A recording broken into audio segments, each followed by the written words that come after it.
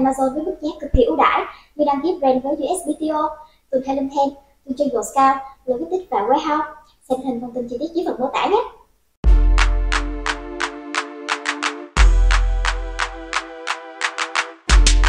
Today, we've got a cool episode as we've got two different sellers at the opposite end of the spectrum, both having different levels of success. First up, we've got a brand new seller who started selling 30 units a day from day one. And then we've got another seller who actually is going to be selling $25 million this year on Amazon. How cool is that?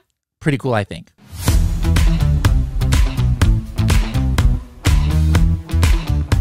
Are you browsing a Shopify, Walmart, Etsy, Alibaba, or Pinterest page and maybe you see a cool product that you want to get some more data on? Well, while you're on those pages, you can actually use the Helium 10 Chrome extension, Demand Analyzer, to get instant data about what's happening on Amazon for those keywords on these other websites.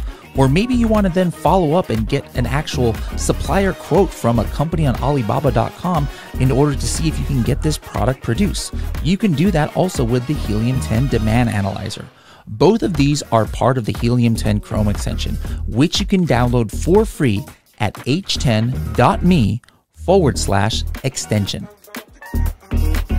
Hello, everybody, and welcome to another episode of the Serious Sellers Podcast by Helium 10. I am your host, Bradley Sutton, and this is the show that's a completely BS-free, unscripted, and unrehearsed organic conversation about serious strategies for serious sellers of any level in the e-commerce world. And we are having a couple of guests today.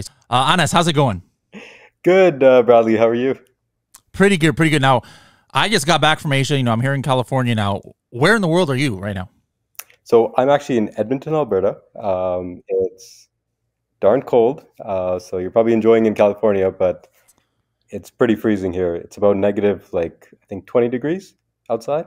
Goodness gracious! All right, that's pretty cool. Now, I've seen you all over the world. Be it in Germany and Pakistan and here in the United States. But we haven't sat down and talked shop. And I was talking to Saddam a couple weeks ago. And I was like, Saddam, you heard any cool stories lately about one of your clients or one of your team who's got something to say? And I'm looking for some fresh blood for the podcast, and I want to hear some cool strategies. He's like, hey, Anas had this really cool launch, and I'm like, stop there. I don't want to hear anything else. I like to hear this stuff first, so I know nothing except about that you were involved in some kind of launch. Now, yep. Is this for your own product or one of your clients, or what happened here? So it was my own. So basically, what I've been doing at AMZ Onestep is I'm the digital marketing director, but I've been doing everything outside of the Amazon space. So I'm, I know when you started off, you said serious sellers. This was my first launch, and it was my personal launch, and I can start from the scratch. Well, hold on. So was it you've been working with AMZ Onestep and seeing clients just make a gazillion dollars, having success, and you're like, wait a minute, I want a piece of this action. Is that kind of how you got inspired, or what?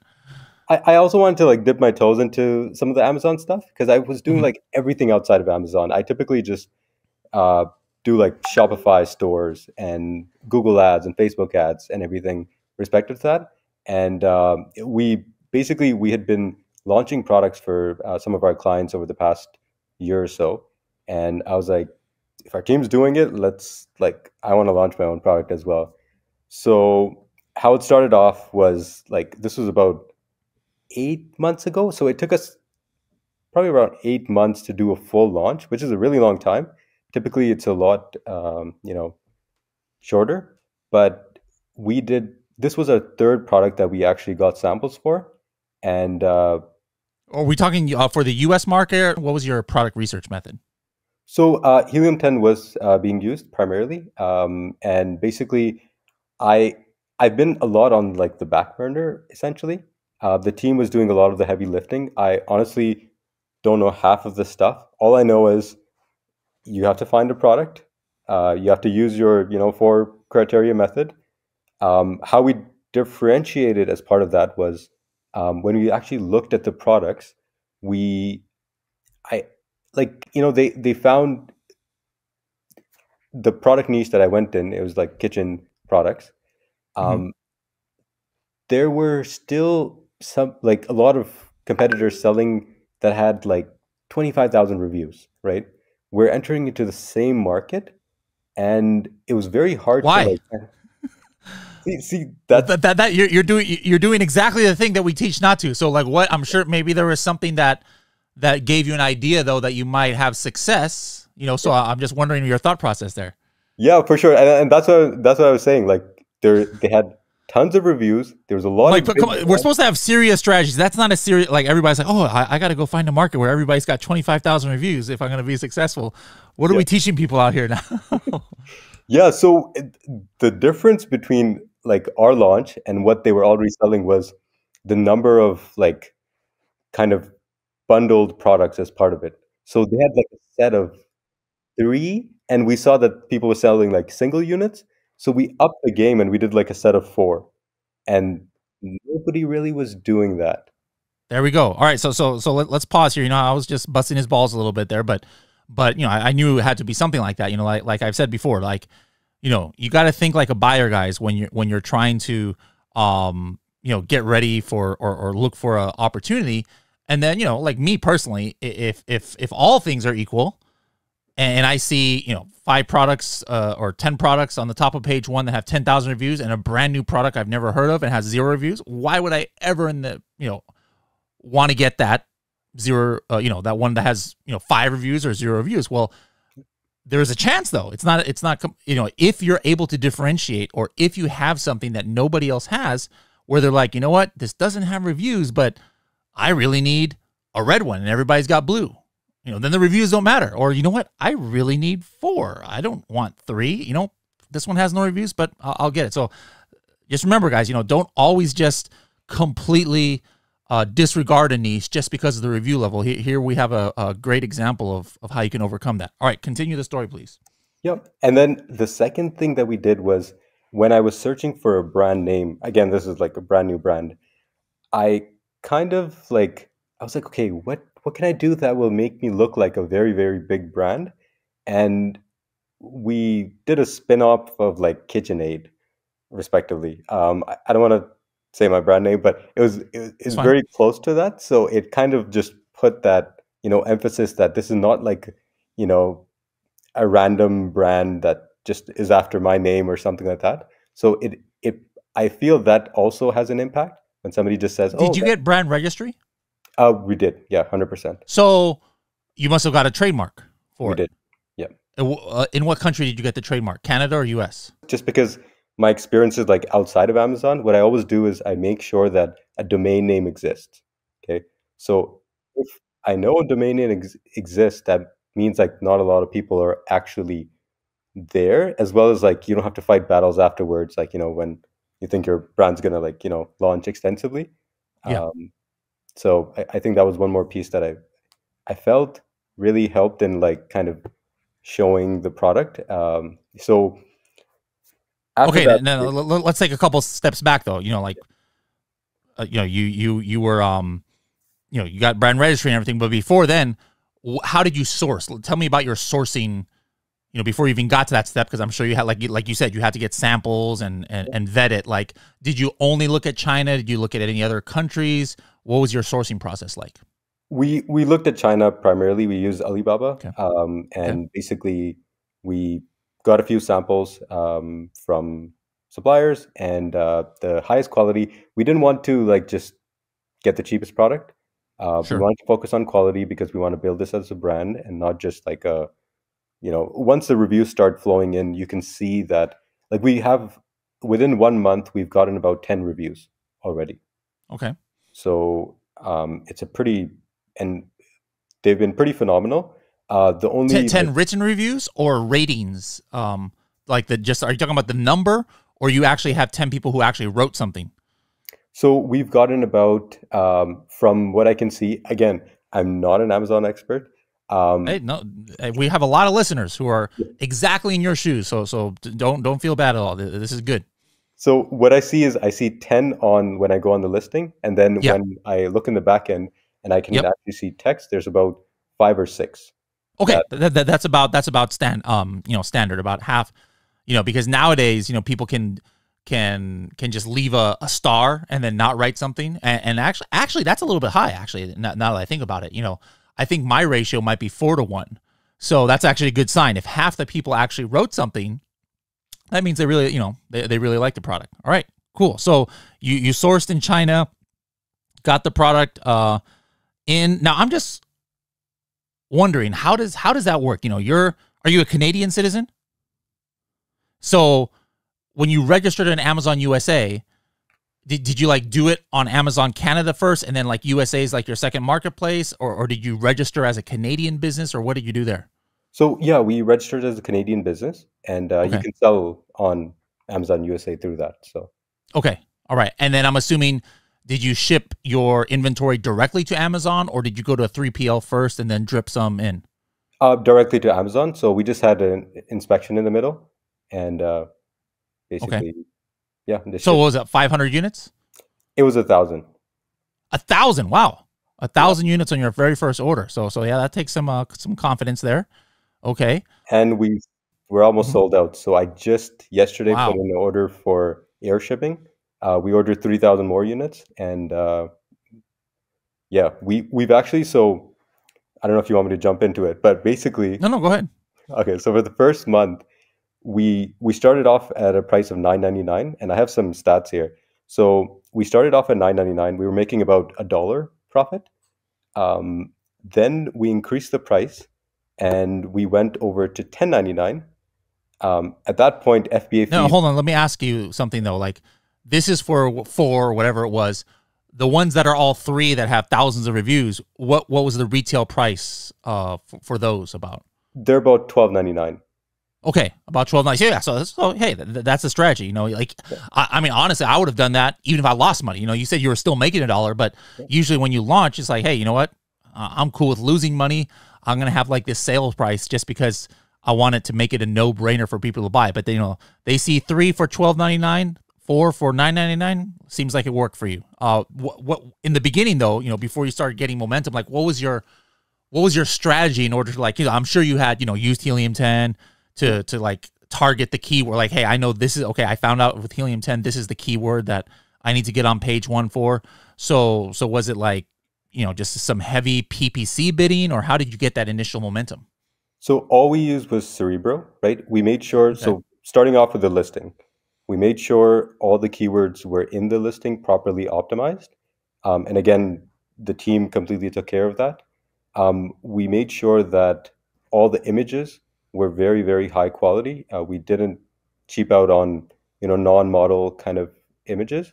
We went. Did you do it at your Chinese studios? We did, yeah. So we actually. I don't know if you heard, but I've never done. I've always used, you know, US or Canada. I've used, you know, the AMZ Onestep Canada studio, you know, for some Project X things. But then when I found out that you guys had the Chinese studio, I was like, you know what, that's actually a pretty good idea, because now I don't have to, you know, send air sample or air freight, like, you know, samples back and forth, and it could get stuck in customs. Yeah. So I'm actually doing a test right now at probably that same studio that you did yours at to just kind of like show people how it works. But that's pretty cool. So your images, you feel are like better than the competition? I think so, because most of the competition, they're like bigger brands. So most of these bigger brands typically don't even invest in like. Yep. Right? Like they just don't. So for us, we are focused on Amazon. They're just listing it as one of their other channels. So for us, we did like photography with models, and in our Chinese studio, we actually have Caucasian models as well. So it doesn't look like you're getting it done from China. Yeah.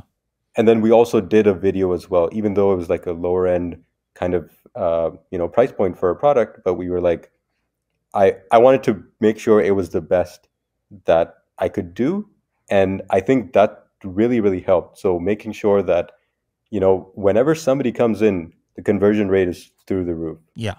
But then that's my question though, because, you know, like you could have the best, most amazing listing in the world, but if you're stuck on page 7, you know, nobody's ever going to click on your listing. So like, how did you get those initial views? Like, how did you get your product in front of customers? So I think, and again, the team managed everything, but what what they did was they did a lot of heavy PPC initially. Okay, that's what I figured. Yeah. So they set up all types of campaigns, from my understanding. We basically, so from the numbers, the first day we did about like 35 units sold. In the first day? In the first day with 0 Good reviews. grief. And that was very, very consistent. And basically we started ranking really, really fast. And 70% of our sales were organic. So even though we were doing heavy PPC, it was just, I don't know how it was happening. That's why, we were like, what happened here? But I bet you they were using some of the Maldives strategy we talk about, where they probably had. I mean, do you know? You don't have to tell me, but do you know what your main keyword, like your top 1 or 2 keywords are, like the highest search volume and like most important to your listing? Yeah, for sure. So, and are those keywords in your title? Of course, yeah. See, there you go. Like if you've got the main keyword or keywords in the title, and you've got a brand new listing in the honeymoon period, and you push that PPC hard, you could get organically ranked even from day one sometimes. Very interesting. Okay, cool. Yep, and we were in the top 7. So starting off, we were in the top 7 respectively, and we were basically getting about 30 to 40 per day sold consistently. Wow. And then we were like, we're going to run out of stock. Like 1,000 units will run out in less than a month. We have 25 days for the supplier to actually make the product. If we sea ship it, it's like another, 25, 30 days. So that's 2 months out. So what we decided was, what's the size about? The size of that, like this water bottle, or like a coffin shelf, or no. It's it was pretty light product. So then it's like you're not gonna lose a lot of money if you airship. In other words, because it's smaller, on the smaller side. Yeah, we just airshipped it. We got it was $9.73 per kg for air shipping. I don't know if that's expensive. Okay. It was like 7 times more expensive than sea shipping. So okay. So we just sent over like about 500 units via air shipping, and 1,000 via like slow sea, and then 1,000 via like faster sea. So that way it like kind of splits it out. But that was like my biggest piece that I didn't comprehend or understand. Because it's like 2 months. When you order something, it's going to take 2 months. So your inventory has to be ready, and you like kind of don't know how much is going to sell for a new launch. So you have to be like ready respectively. So the way that we countered it, we were like, we have to slow down sales.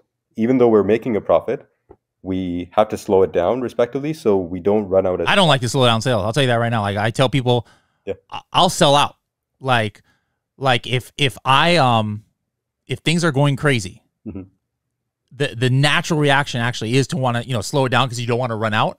But at the end of the day, like what the danger in that, now it doesn't sound like that happened in yours, and this is not, there's not a one size fits all thing here, but most of the time the danger in trying to slow sales is because now all of a sudden your conversion is down, your page views are down, and you start losing organic rank. That being said, if a product, I have seen this before, if a product's in the honeymoon period, sometimes you don't even, you might start, you literally might start slowing the sales down, which normally on a mature listing would make the rank go down.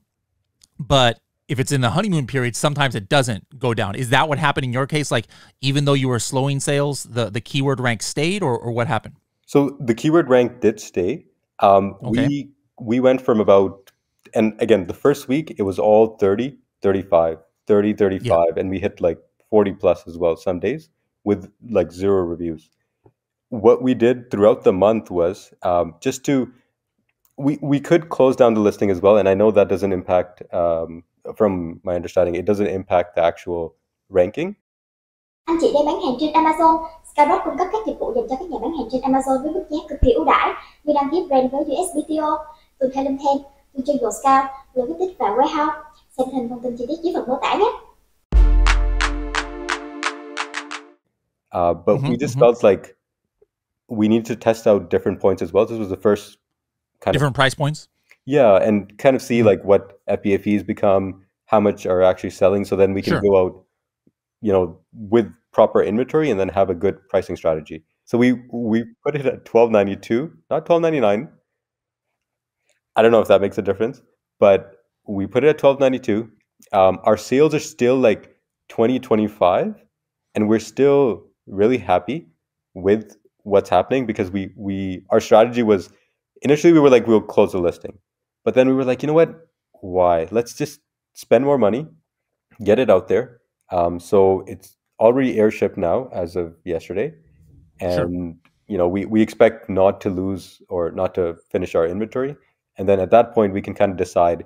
We're making about $2.34 per unit, Okay. and we I think netted about $700 for the Even after PPC and everything else. After PPC it was close to negative 300. So we spent. Okay. I was about to say, like, to be profitable on your first shipment, that's kind of crazy when you're launching.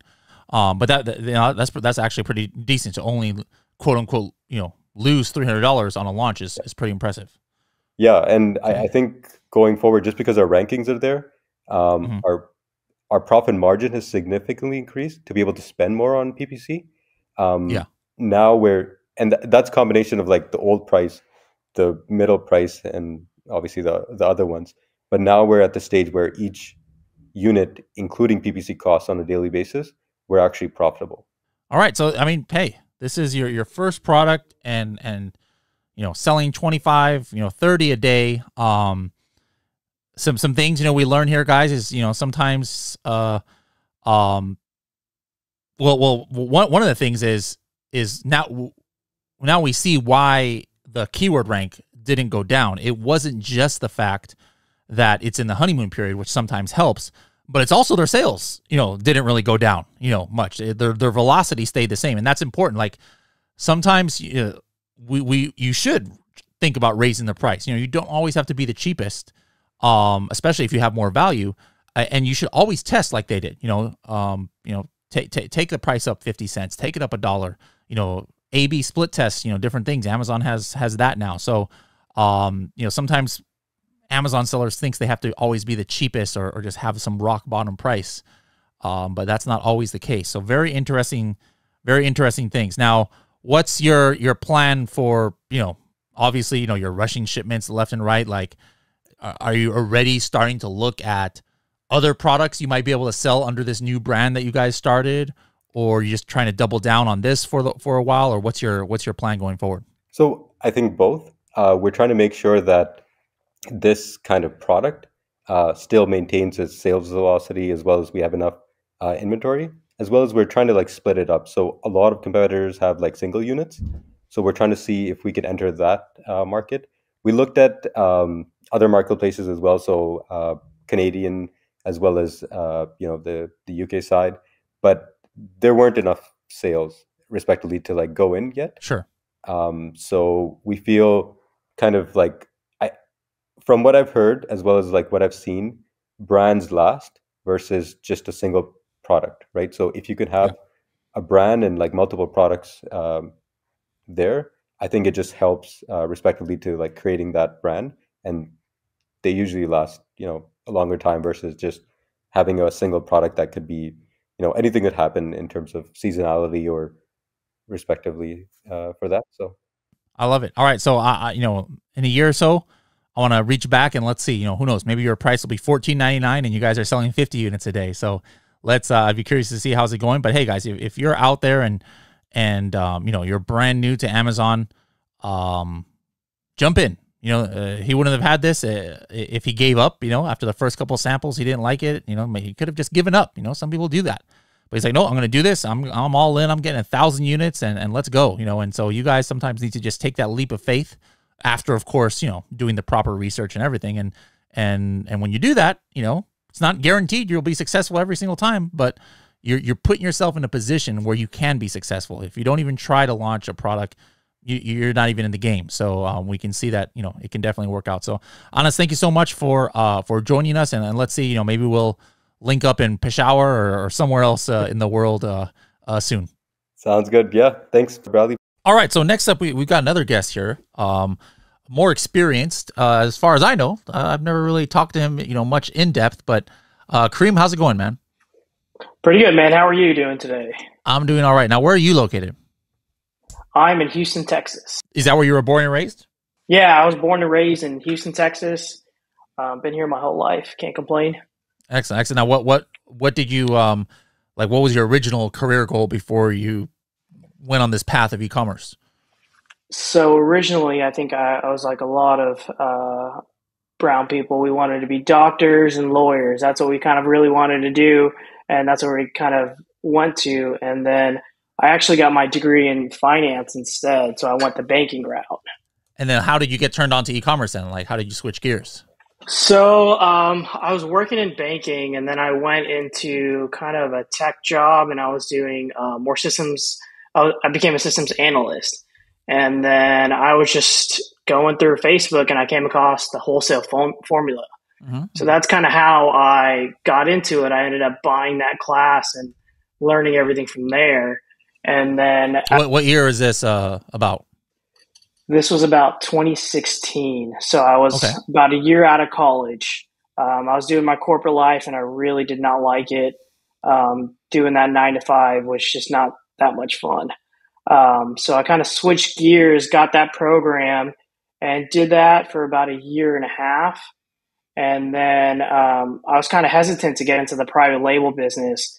And then with my brother and my sister-in-law, actually, we launched a private label business on Amazon, and I was still doing my wholesale stuff. And we started a shop on Etsy too. So we were kind of going full force on all marketplaces. This was 2017. Also, just a year later after you started. Okay. Just a year later. All right. Now, fast forward to 2022. Like, what do you think you're going to end? With however many accounts you're associated with, what do you think you're going to end this year? In gross sales, would you say? About 20 to 25 million about this year. And is it all private label now, or is it still mixed with wholesale, or what? So it's all private label. So about in 2020. So me, my brother, and 2 of our friends that also sell on Amazon. Some of them have exits, and they've actually been selling for 10 years. We kind of got together, and we were like, man, we're pretty stupid for not working together and kind of doing our Amazon stuff together since we have so much experience. And we actually started an umbrella fund. So we started buying businesses at that point and kind of growing and scaling those. So it's all of them together. We're going to be doing about 20 to 25 million. So how many of that, if any, are ones that you just started on your own as opposed to ones that you took over? So about 4 brands are the ones that we started on our own with my brother and my sister-in-law. Okay. And so you're still, any of them still around from like when you had first got into it in 2017? Yeah, they're all still around, still doing 4 or 5 million a year in revenue. Growing those and actually adding to a couple of those new brands as well. What to you is like some of the biggest changes that you've had to pivot on, since you've been selling since 2016, 2017, some of the things that come to my mind that has changed, like incentivized reviews, search, find, buy, 2-step URLs, inventory, issues. There's been a lot of either TOS changes or just general changes that have affected the way Amazon sellers have to deal with things. What's some of the biggest ones that you'd say has affected you and your team's operations? I think the biggest one is actually FBA fees. So I was reading some stat the other day that FBA fees have increased 30% since just 2020. So I know a lot of sellers were hit pretty hard this year, including us, was the change from dimensional to regular, from regular weight to dimensional fees. So we have a lot of large items that don't weigh much. So that kind of hurt us quite a bit. And that's kind of when we started focusing a lot more on our packaging and kind of condensing everything into smaller packaging and trying to get more stuff in small standard, small might, regular standard, and doing a lot of those changes. And it's we're reaping a little bit more of the benefits in this quarter by implementing it earlier in the year because Amazon had their increase in pick and pack fees for Q4 too. Okay. Oh, in those niches where you're doing that, what are your competitors doing, if any? Like, are they just, business as usual, or do you see them reducing their package size at all to stay competitive, or what's going on? So some of them have started to, but a lot of them have just started hiking up their prices. So to Okay. compete with that decrease in FBA fees, they just had to go up in their prices and kind of not really rework their whole packaging. So a lot of it we had to condense using bubble mailers, using thicker boxes. So one of the biggest things was using thicker boxes, so there wasn't that bulge in the box, which Amazon, the Cubiscan usually picks up and then has a bigger either dimension one or the other way. Okay.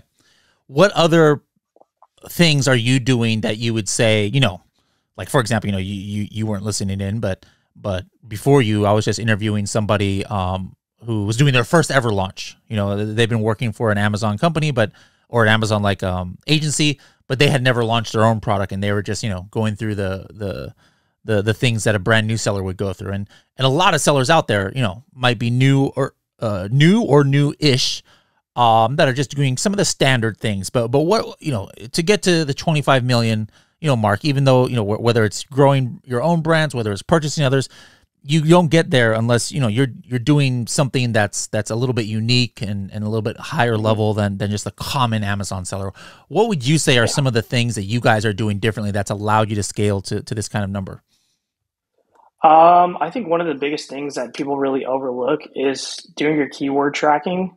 A lot of people aren't doing that. And we use the Helium 10 keyword tracker, and we use those rocket ships to kind of on our main products and our main keywords to keep track of those, because there's a lot of people who don't really notice that or take that into consideration. And then whenever they see their sales go down, they don't know exactly where it's going down. And a lot of times it's maybe a new competitor came up on a certain keyword, or somebody's bidding a lot more. And as you know, especially in the past 2 years, PPC has kind of gone a little crazy and gone 2x what it usually is, 2-3x what it usually is. So you got to be really competitive and use your budget and the right keywords.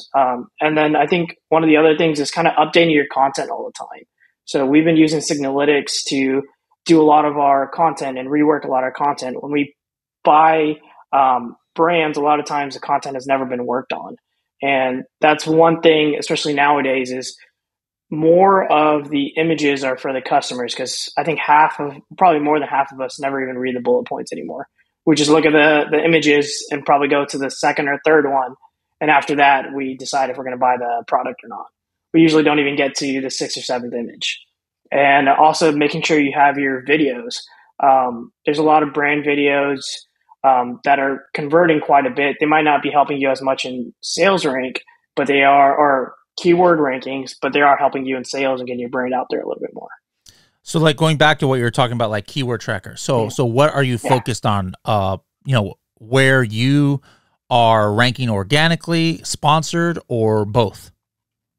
So it's a little bit of both, right? So you want to make sure you're not necessarily spending all your budget on a keyword you're already number one organically on. You would want to spend it more on ones that you're kind of trying to fight for. And also in the keyword tracker, you can tell the search volume. You don't want to be spending $100 out on a day on a keyword that only has 50 search volume a month. It doesn't make sense.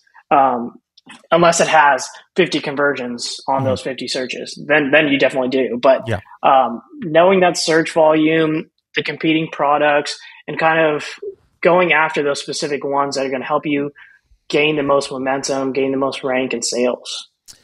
Have you noticed recently, actually the only people who notice this are the people who do use Boost, which is that rocket ship that he was talking about. But, every couple of years, it seems like there's a big wave of what we call the ASS, the Amazon Search Shuffle, where I don't know what goes on, but just, since Helium 10 is not just checking like one address and one browser, when we have Boost on, we're checking, different states and different addresses and different browsers and something.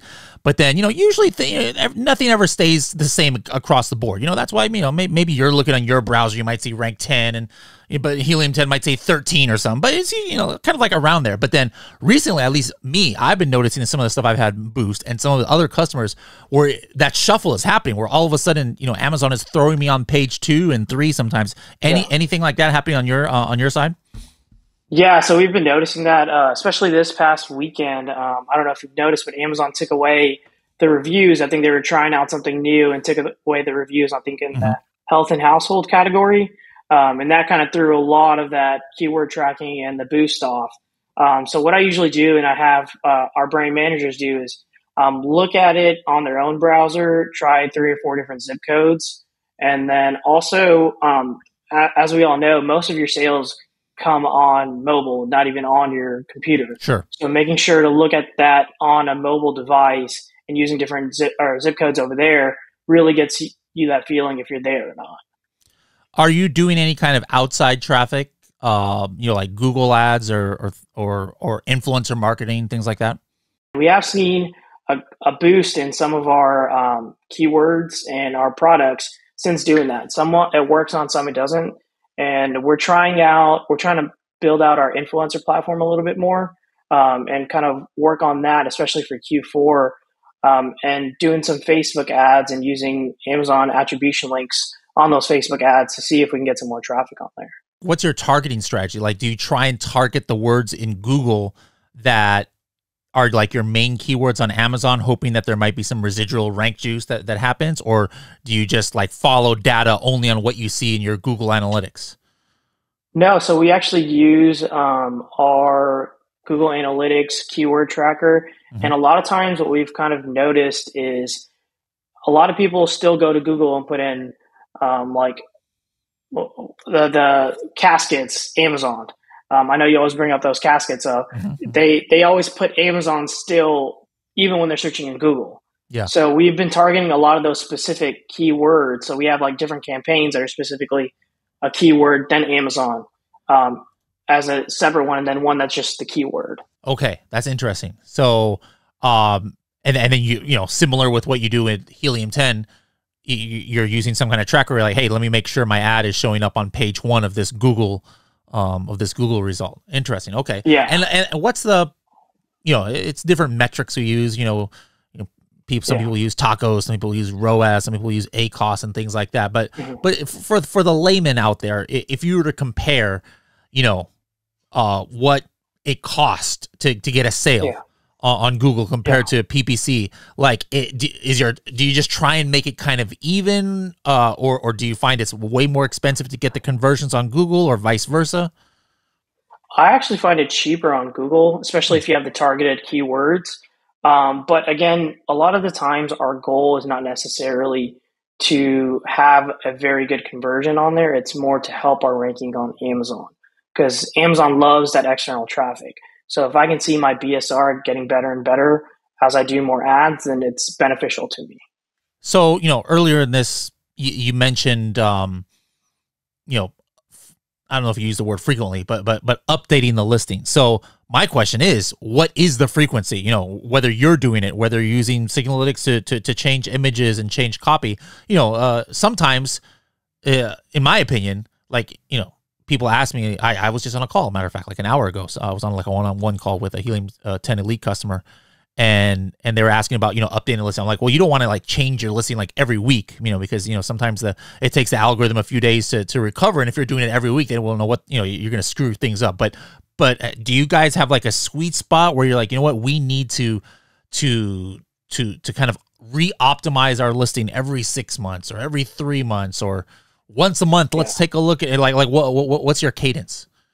So I think we usually try to at least do some A/B testing every 6 months, but it also depends on how the product's performing. Like if our conversions have gotten better, if they're starting to dip, or if our PPC is not converting as much, then we really want to hone in on that. And we have our weekly like brand calls for each brand. So we kind of go through the brands and see which products are declining, if they are, and which ones are improving, and see if we did experiments on those. And if they are declining, then we kind of analyze, do we need to do an experiment?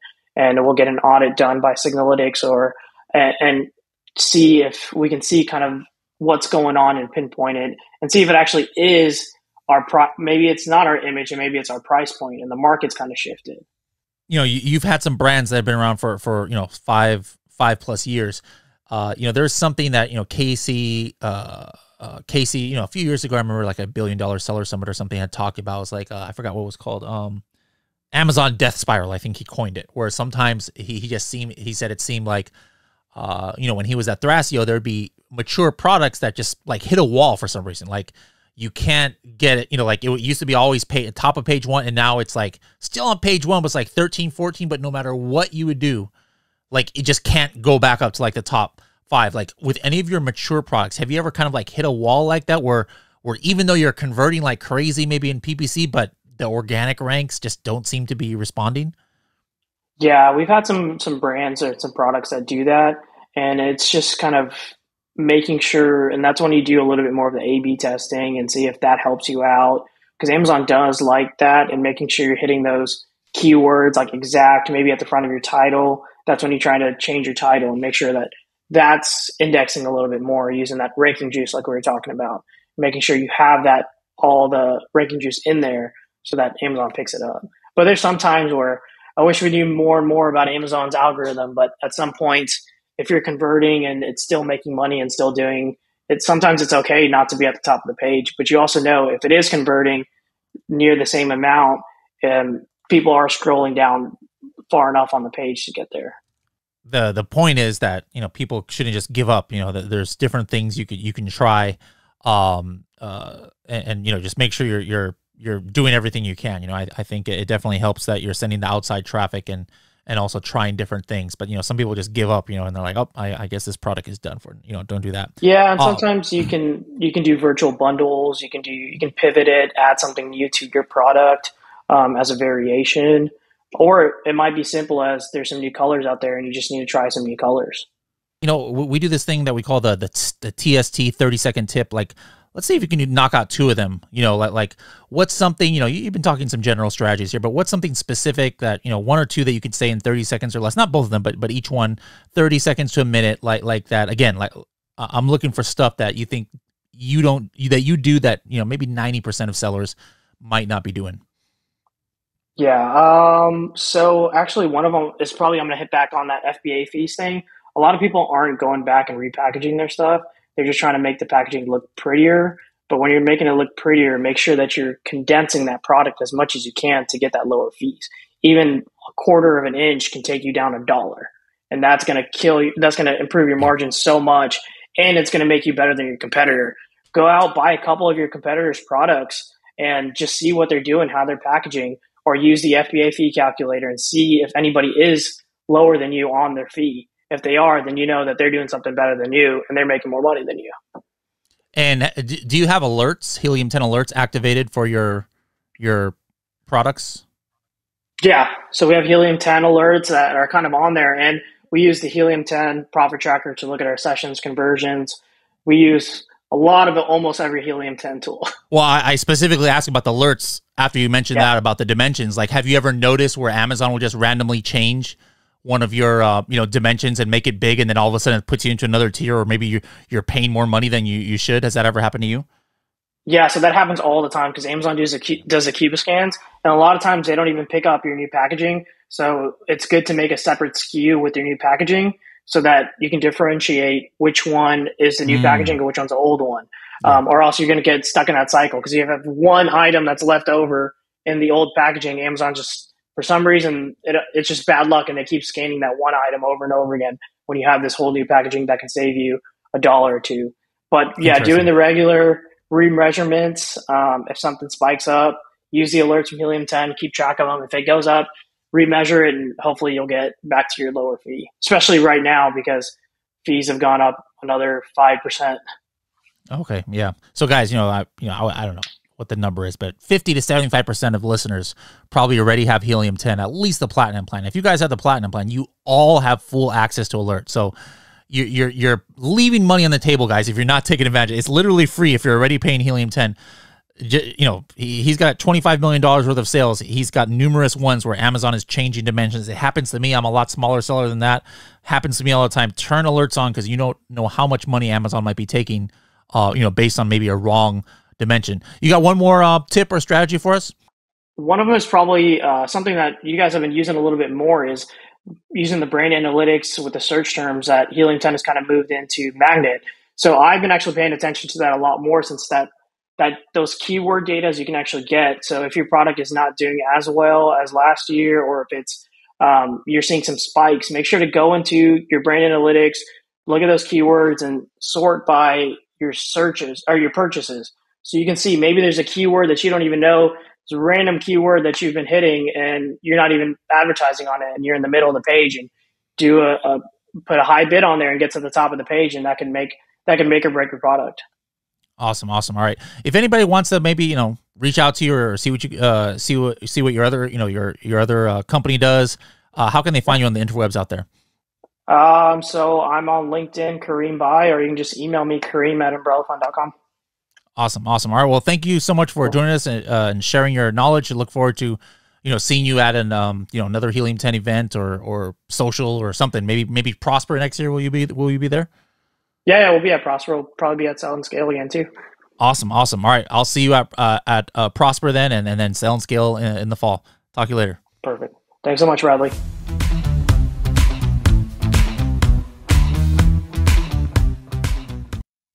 Anh chị đang bán hàng trên Amazon. Skyrock cung cấp các dịch vụ dành cho các nhà bán hàng trên Amazon với mức giá cực kỳ ưu đãi như đăng ký brand với USBTO, tuần Helium 10, chương trình Scout, logistics và warehouse. Xem thêm thông tin chi tiết dưới phần mô tả nhé.